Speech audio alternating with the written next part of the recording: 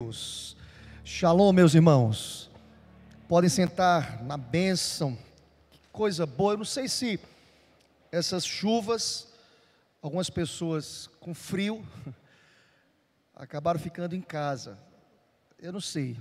Enfim, enquanto eu estava iniciando o culto, eu estava pensando, uma das cenas que mais me chamam a atenção, quando eu estou viajando, e seja chovendo ou fazendo, ou aquele sol imenso, são as famílias que caminham à beira da estrada. Vocês já viram essa cena?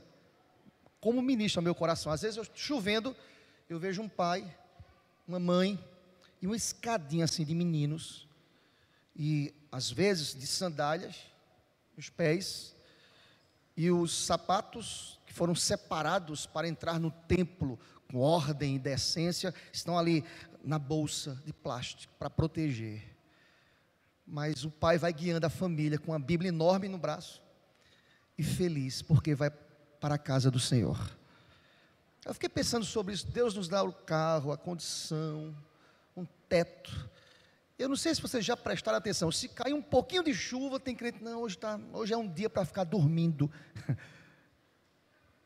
Hoje é um dia adequado para louvar a Deus, dia do Senhor, para adorar a Deus, para bendizer, para agradecer, por exemplo, o teto que nós temos, é dádiva, a provisão, o alimento, café da manhã. E eu queria nesta manhã, irmãos, continuar ministrando acerca do Sermão do Monte, e esse texto que nós iremos ler, que é justamente a parte que compreende do capítulo 6, do verso 19 ao verso 24, nos fala sobre os tesouros, nos fala sobre os olhos, nos fala sobre o serviço, a quem queremos agradar, a quem queremos adorar. E por certo, se nós dividirmos a atenção da nossa alma, alguém será esquecido. E o texto, a sessão vai tratar um pouco sobre isso. Abra a sua Bíblia, querido.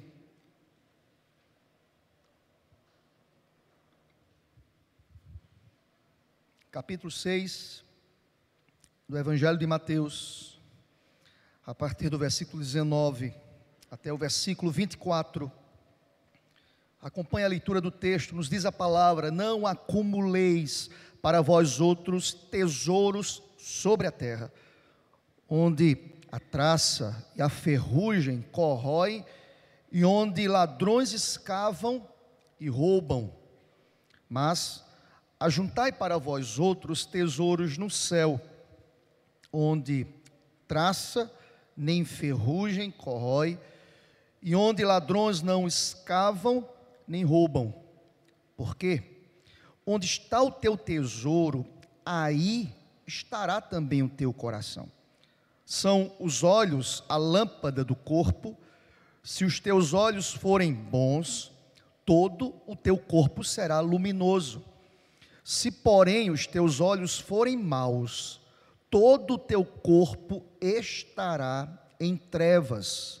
Portanto, caso a luz que em ti há sejam trevas, que grandes trevas serão.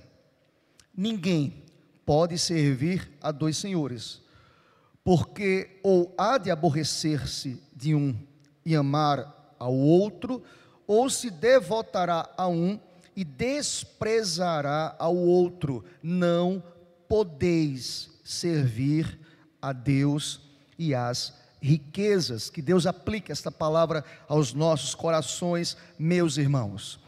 Irmãos, nós estamos numa sequência que o Jesus, nesse sermão, ele vai mostrando que muitas vezes a nossa preocupação é uma preocupação estereótipa, é com o que as pessoas pensam ao meu respeito. É impressionante como Cristo vai construindo isso, como Cristo vai nos ensinando, e o público que recebe em primeira mão esta mensagem era um público que estava ali ouvindo e seguindo o mestre. E Jesus quer traçar aqui um perfil de uma pessoa que de fato é uma pessoa espiritual. Jesus desconstrói toda essa visão estereótipa que nós usamos muitas vezes. Nós estamos preocupados com o que as pessoas pensam ao nosso respeito, às vezes em detrimento àquilo que Deus pensa ao nosso respeito. Nós estamos preocupados com o que as pessoas estão, como as pessoas estão enxergando o nosso comportamento. Vejamos, nós já falamos sobre isso. Estamos preocupados em que as pessoas vejam que nós somos generosos. Jesus vai tratar lá em cima, nós já ministramos que, olha, faça de maneira discreta. O Senhor está contemplando, não precisa ser glorificado pelos homens. Ele vai tratar sobre como se deve orar. Não façam como os fariseus, eles em praça pública oram, às vezes de forma automática, mas não parte do coração. Deus olha para aquilo que está em secreto, Deus olha para a nossa alma. Jesus vai tratar também como se deve jejuar. As pessoas não precisam ver que você é uma pessoa piedosa, crente demais, cheia de Deus. Não precisa, você não precisa tocar trombetas e afirmar: olha, eu sou uma pessoa piedosa, eu sou crente demais. Não precisa disso. Deus olha para a intenção do nosso coração. Percebam, Deus, o Senhor Jesus está tratando sobre aquilo que somente Ele consegue enxergar, aquilo que está no coração. O texto que lemos nos fala sobre aquilo que está no coração. Se você prestar atenção, querido, essa sessão começa com o Senhor Jesus falando a respeito dos tesouros, a partir do verso 19. E eu não sei se isso lhe chama a atenção, mas me chama a atenção, é que Jesus irá nos dizer que nós podemos acumular tesouros na terra, mas também nós podemos acumular tesouros nos céus. Ele está falando, não necessariamente, irmãos, do mesmo tipo de tesouro, terreno e espiritual. Mas na verdade, o que Cristo quer tratar aqui, irmãos, e nós iremos perceber, que acumular ou não tesouros no céu, tem muito a ver com a forma como nós lidamos com os tesouros aqui na terra. Impressionante a sabedoria de Jesus. O acúmulo do tesouro nos céus tem tudo a ver como nós encaramos os tesouros aqui na terra. Há quem pense que uma coisa não tem nada a ver com a outra, tem tudo a ver. Acumular tesouros nos céus envolve aquilo que nós realizamos aqui na terra. Há quem pense que Cristo, o Senhor, não está preocupado com a minha vida, Ele está em todas as áreas dela. Como nós nos comportamos em relação àquilo que de fato importa, que é honrar a Deus, que é glorificar a Deus, que é ser servo autêntico nas mãos do Senhor Deus. Se você pega, por exemplo, um texto que para mim é um texto paralelo à perspectiva de se acumular tesouro dos céus, eu posso lembrá-los do que Paulo escreveu. Eu lhe convido a ir comigo, por exemplo, a Colossenses capítulo 2, vai comigo rapidinho, querido. Colossenses capítulo 2, voltaremos já já para o texto. Colossenses 2.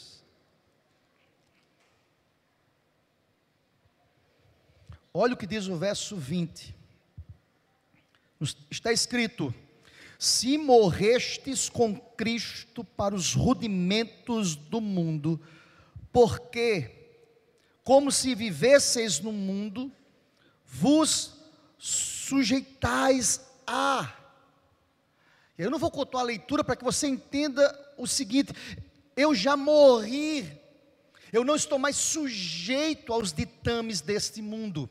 E Paulo começa a tratar isso em Colossenses, e ele chega ao capítulo 3, ao versículo 1, para nos dizer, ainda em Colossenses, vai comigo, querido, por gentileza, capítulo 3, de 1 a 3, está escrito: portanto, nós já morremos para o mundo, nós já morremos para aquilo que o mamon desse mundo, aquilo que guia o mundo, aquilo que alimenta as expectativas desse mundo, aquilo que faz as pessoas acordarem todos os dias para ter, para possuir. Nós já morremos para isso. E aqui, irmãos, só uma observação: não é pecado ter dinheiro. Amém, meu irmão? Não é pecado.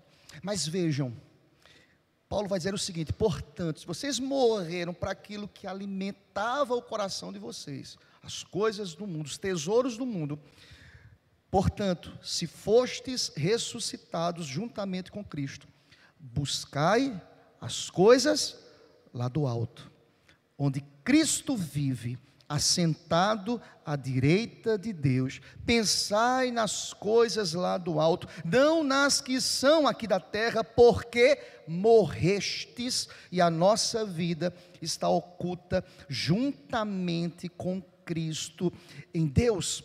Note bem, querido, volta para o texto que nós temos como base aqui nesta manhã, querido. Note bem, a palavra nos fala aqui, irmãos, a respeito de vivermos e construirmos pensando naquilo que é espiritual. E Jesus, de maneira perfeita, maravilhosa, Jesus não está aqui demonizando o dinheiro. Não há nenhum problema em possuí-lo. Porém, ser possuído por ele é uma tragédia. Jesus quer tratar sobre isso. Jesus quer tratar como nós tratamos a questão monetária, sobre os tesouros. Ter não é problema, possuir não é problema. Agora, ser possuído por ele é uma tragédia. Quantas pessoas que vivem essa tragédia. Paulo, em outra oportunidade, disse ao jovem pastor Timóteo, que o dinheiro é a raiz de todos os males. É o dinheiro. Por que Jesus trata sobre isso aqui? Paulo reverbera aqui em Timóteo o ensinamento do Sermão do Monte, irmãos. Ser possuído pelo dinheiro. Tem crente assim, pastor? É interessante, tem gente que bota assim no carro um adesivo. Acho que nem existe mais esse adesivo, né? Não sei. Propriedade exclusiva de Deus. Mas não usa para a glória de Deus. Não dá nenhuma carona para o irmão. É verdade ou não é, irmãos? Propriedade exclusiva, aqui é para a obra, é para o reino. Coração, irmãos. Interessante como Cristo ele é cirúrgico. Porque o amor ao dinheiro traz até uma relação extremamente de barganha, espiritualmente falando. Porque amor ao dinheiro. Tem gente que faz matemática assim. Tem gente que quer ter uma relação com Cristo de forma, com matemática exata. Alguém já disse que o dinheiro é um bom servo, mas o dinheiro é um péssimo patrão. E quantas pessoas escravizadas pelo dinheiro, e aí Cristo vai tratar sobre isso, irmãos. Cristo vai dizer: não acumulem. Olha para o texto, vamos olhar, olha o que Cristo quer nos ensinar aqui, irmãos. Não acumuleis para vós outros tesouros sobre a terra, onde a traça e a ferrugem corrói, e onde os ladrões escavam e roubam. Não façam isso, porque por dinheiro muitos mentem, porque por amor ao dinheiro muitos roubam, porque por amor ao dinheiro muitos saqueiam, muitos matam, muitos morrem. Por amor ao dinheiro muitos contraem casamentos e se divorciam. Por amor ao dinheiro, apego ao dinheiro, apego às coisas. Muitos corrompem e são corrompidos. Vivemos numa sociedade corrompida. Quantas manobras para ter mais dinheiro, quantos acordos obscuros por amor ao dinheiro. Jesus trata sobre isso, irmãos. Deus nos conhece, Deus nos fala aqui de maneira muito clara: não acumuleis. Vocês percebem? Quanto mais o homem tem, mais um homem deseja. O salmista vai desconstruir, dizendo: ó Deus, eu estou muito satisfeito e contente, tendo o que comer e o que vestir. Glória a Deus por isso, aleluia. Mas é fruto desse capitalismo, irmãos, que é selvagem, que é doentio. Outro dia eu disse aqui na igreja: vocês percebem? Deus nos dá uma bênção, a gente compra um apartamento, por exemplo. Quem compra um apartamento de X reais, aí você divide naquelas leves e constantes prestações, 300 meses. Aí você está ali, graças a Deus, foi bênção de Deus. Aí dá 100 meses, você já está insatisfeito. Meu Deus, eu queria o melhor. Aí vou dar esse aqui de entrada e vou jogar agora zerado, mais 300 parcelas. Irmãos, o coração do homem nunca está satisfeito. Nós queremos mais. Aí Jesus vai desconstruir dizendo o seguinte: tenham o mesmo apetite espiritualmente. Eu oro, alguém dizendo assim: eu oro 10 minutos por dia. Eu quero mais, eu quero 15, eu quero 20. Eu leio a palavra uma vez por dia, eu quero ler 3 vezes ao dia, como os judeus faziam, 3 momentos de devocional por dia. Eu quero mais, eu quero acumular. E Jesus vai dizer isso: não ajuntai, mas ajuntai para vós outros tesouro no céu, onde a traça e a ferrugem não corroem, e onde ladrões não escavam e roubam. E aí ele fecha dizendo o seguinte: porque onde está o teu tesouro, aí também estará o teu coração. Jesus está falando sobre algo mais profundo aqui para a gente nessa manhã, irmãos. Onde está o meu coração? As coisas. Irmãos, Deus tem nos dado, olha aqui para mim, querido, para que possamos abençoar o próximo, em nome de Jesus. Você entende isso? Amém? Deus tem nos abençoado para abençoar. Se você tem uma condição melhor que o teu irmão, abençoa teu irmão. Isso é bíblico. Isso é de Deus.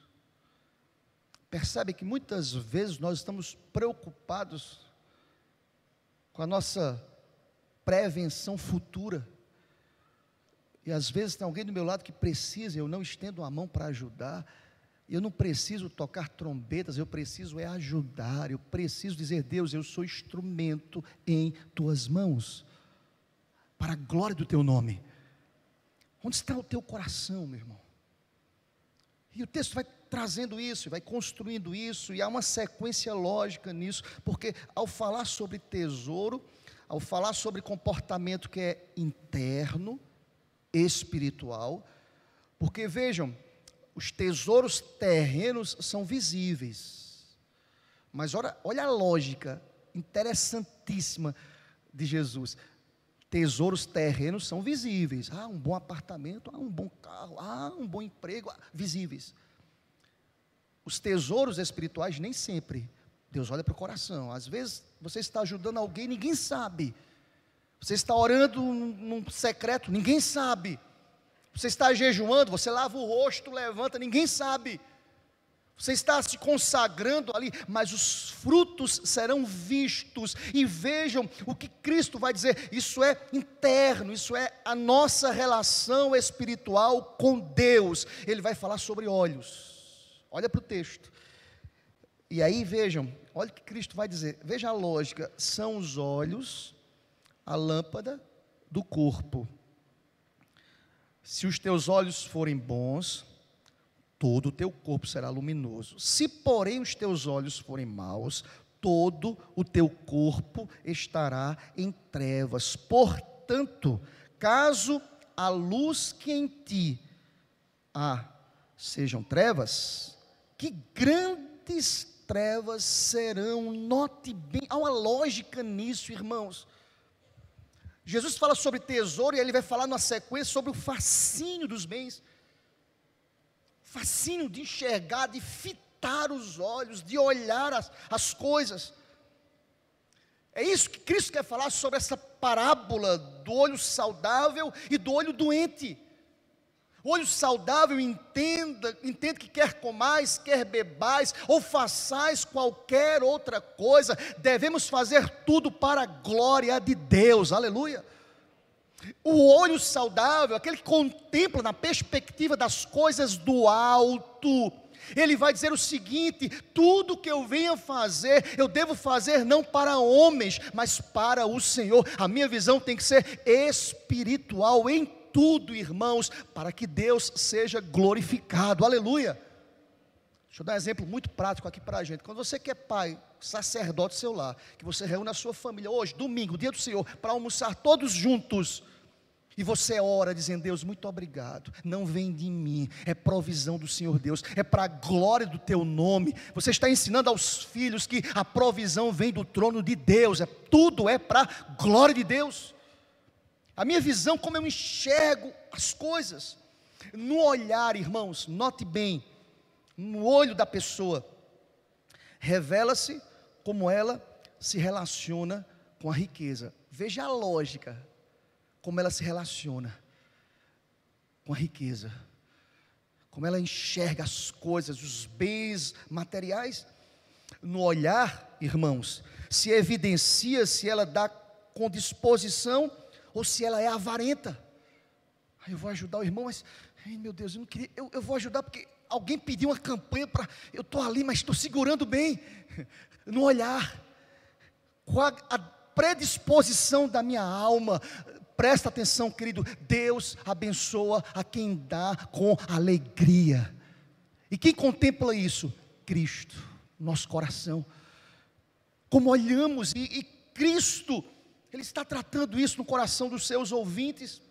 O olho, ou o olho, melhor dizendo, o olho, portanto, revela a bênção ou a desgraça que a generosidade ou respectivamente a ganância trazem ao ser humano. A generosidade ou a ganância. Tem crente ganancioso, irmãos. Misericórdia. Como diria um pentecostal, está amarrado. Ganancioso. Ter, meu, vou guardar. Às vezes eu desconfio que tem gente que pensa que vai passar 200 anos aqui na terra. Eu tenho uma péssima notícia para você. Ó. Passou de 70 anos é o que, irmãos? Canseiro, enfado. Acorda. A gente fica guardando, vou guardar porque é minha aposentadoria. E faz um cálculo assim, essa aposentadoria é para uns 200 anos, está guardando. Eu estava vendo uma reportagem, irmãos, há um tempo atrás, de um empresário secular. Ele tinha quase 90 anos, cara conhecidíssimo aqui nacionalmente. Ele foi entrevistado porque aos 90 anos de idade ele estava servindo como exemplo. Olha, aos 90 anos de idade, ele estava mudando os seus investimentos. E uma coisa, um absurdo, o risco financeiro daquele homem. E ele dizia assim, a minha visão aqui, quase 90, é que lá na frente, eu fiquei, rapaz, esse cara não é daqui não. Lá na frente tinha onde, meu irmão? Lá na frente eu vou colher esses frutos. E o repórter dizia, rapaz, você tem uma visão, eu pensei, além do alcance. Porque o cara com 90 anos já pensando no futuro, acabou, meu irmão. Vamos lá que ele vai ter mais, vamos ser generosos, mais 10 anos aí, 100 anos. Que Deus o abençoe, não sei se ele vai conseguir enxergar os números. Irmãos, tem gente que pensa que vai passar 200 anos aqui na terra. O nosso olhar, a perspectiva que nós temos no nosso olhar, revela se nós somos gananciosos ou se nós somos generosos. É interessante que o nosso olhar, o nosso olho, ele é constituído de tal forma que nós conseguimos captar e visualizar um só objeto de cada vez. Eu acho que tem mulher que consegue captar uns 3, né? Mulher que faz uma coisa, faz. Vou dar um exemplo meu, masculino, homem. Eu só consigo olhar uma coisa de cada vez. Se quer falar para mim assim, ó, faça isso e aquilo, eu faço isso, palma, depois eu faço aquilo, depois. Mulher não faz. Mas vamos pegar um exemplo. O olhar consegue captar. Exemplo, estamos dirigindo. Tem gente que fala assim, eu fiz um curso de visão periférica. Eu já tentei periférica, eu vejo aqui, vejo ali, meu irmão, você é um ninja. Porque quando eu estou dirigindo, eu estou concentrado na estrada. Se passa alguma coisa, eu olho, acabou, eu tenho que concentrar. Claro, você tem uma visão periférica mais limitada, você fita, você foca. Por isso que é terminantemente proibido dirigir e mexer no... Tá certo? Porque você perde a visão, acabou, gente, você focou em uma coisa. Irmãos, veja, Jesus trata sobre isso, Jesus é perfeito. Porque Ele sabe que a nossa atenção tem que estar voltada para uma coisa. Tudo eu devo fazer para a glória de Deus.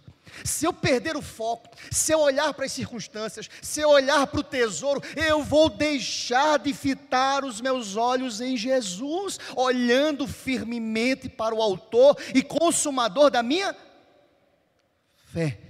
Fitar os olhos, olhar de forma diligente. E note, querido, o olho não é capaz de enxergar plenamente e gravar duas coisas ao mesmo tempo. Não tem como, irmãos.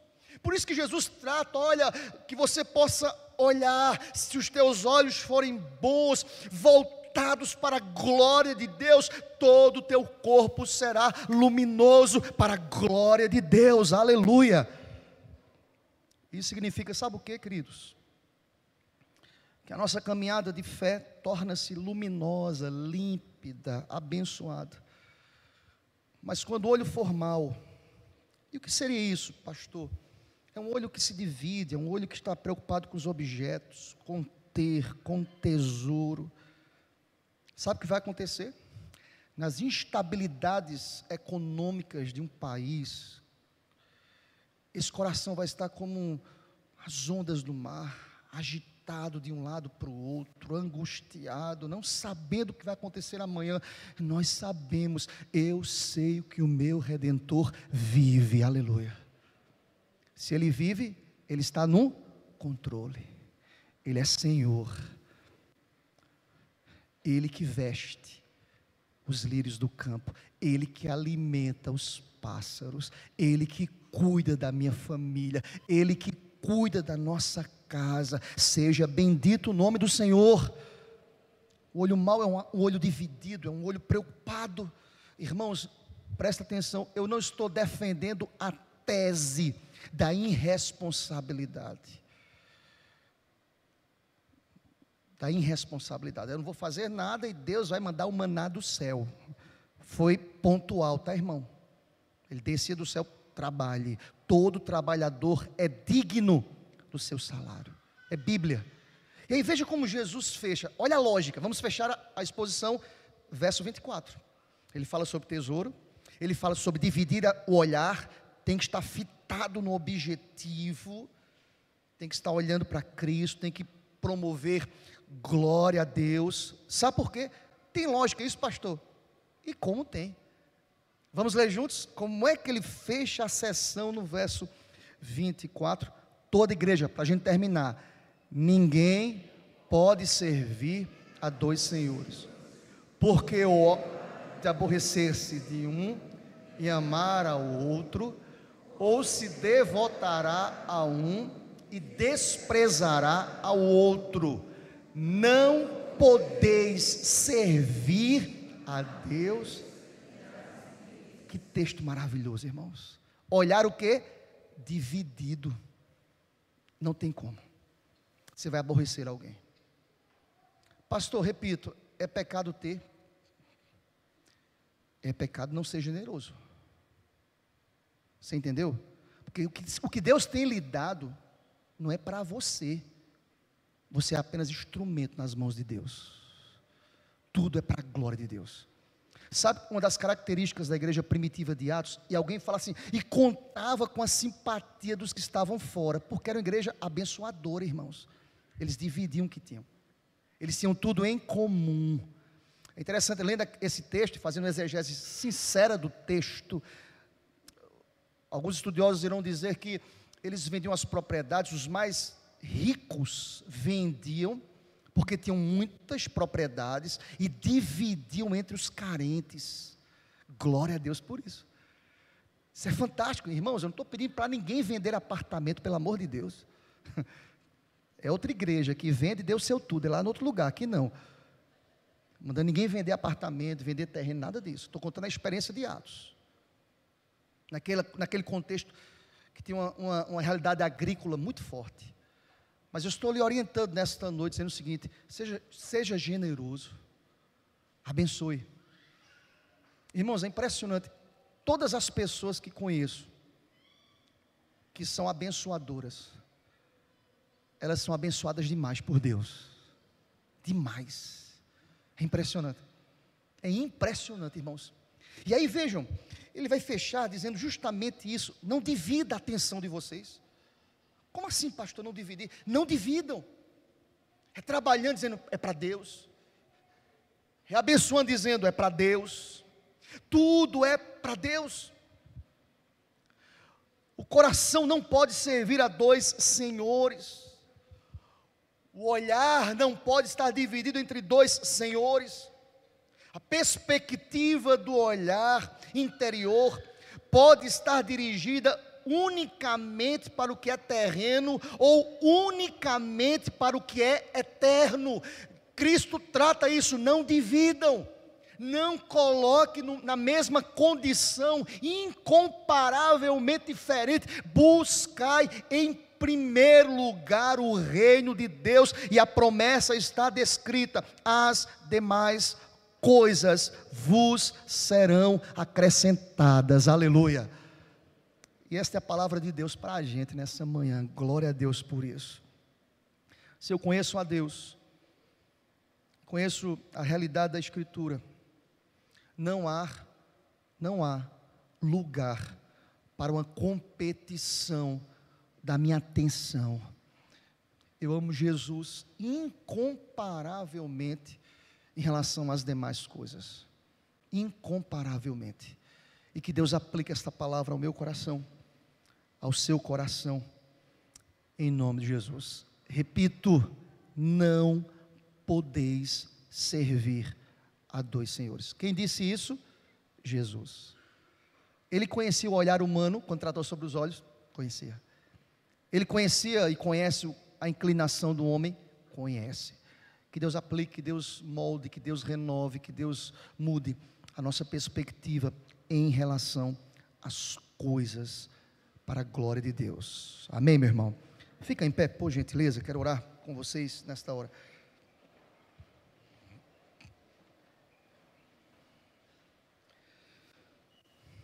Oh, maravilhoso Deus, Deus de toda graça, de bondade, de misericórdia, nós te louvamos, ó Pai, por tua palavra, que é tão sábia, uma palavra que traz às nossas vidas uma condição de vida melhor, que me faz enxergar melhor, que me faz compreender a vida de maneira diferente, espiritual. Nós não podemos desassociar a nossa caminhada aqui na terra aquilo que é espiritual, porque o Espírito Santo habita em nós. Eu te peço, ó Deus, por cada vida aqui, por cada família, Senhor. É verdade, Deus, possuir o dinheiro não é pecado, é bênção. Mas ser possuído por ele é uma tragédia, traz tantas crises. Mas Deus, nesta manhã nós te pedimos, ó Pai, em nome do Senhor, que cada família aqui representada tenham os seus olhos fitos em Ti, Senhor, em Ti, Senhor, em Ti. Tudo que venhamos a fazer, possamos fazer para a glória do Teu nome, Senhor, para o louvor do Teu nome, porque nós queremos Te honrar, e o fim principal das nossas vidas é Te glorificar, ó Pai. Aplica essa palavra a cada coração nesta manhã, eu abençoo cada família aqui em nome de Jesus. Amém, Senhor.